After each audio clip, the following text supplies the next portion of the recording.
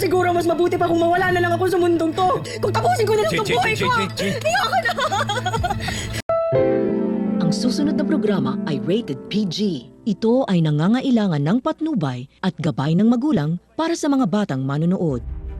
Painit na po ng painit ang mga eksena maging ang kaganapan na ating pagkatutukan at ating nga rin naman yang pagkasubaybayan dito lang sa ating pinagkakabangan at pinagkakatutukan tuwing hapon na Mami Dearest. Simula pa lang din kasi ito na ito nga rin naman kasing si Emma matapos nga rin na malaman na nito ang lahat-lahat.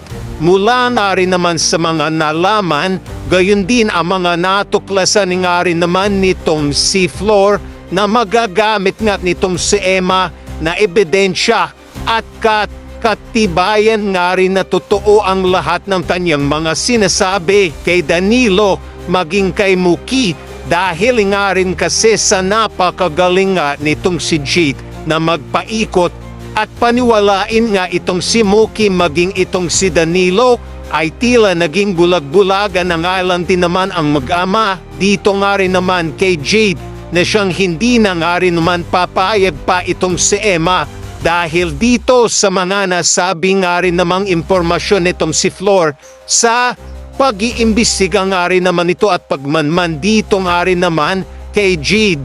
Ito na nga rin ba ang magiging simula para makamit nitong si Emma ang tila ganti nga rin naman niya sa mga malalaking ginawang kasamaan at kasalanan nitong si Jade sa kanya at dito ay tila nagplano na nga rin naman ang gagawin nitong si Emma at sasabihin nga nitong si Emma na humanda ka na ngayon Jade, lahat ng nalaman ko sa iyo yun din ang gagamitin ko para mapabagsak ka at dumantad din ang mga sekreto mo kay Danilo at kay Muki. Dito nga rin ay napangiti nga itong si Flor na simula nga rin ba para sa ganun.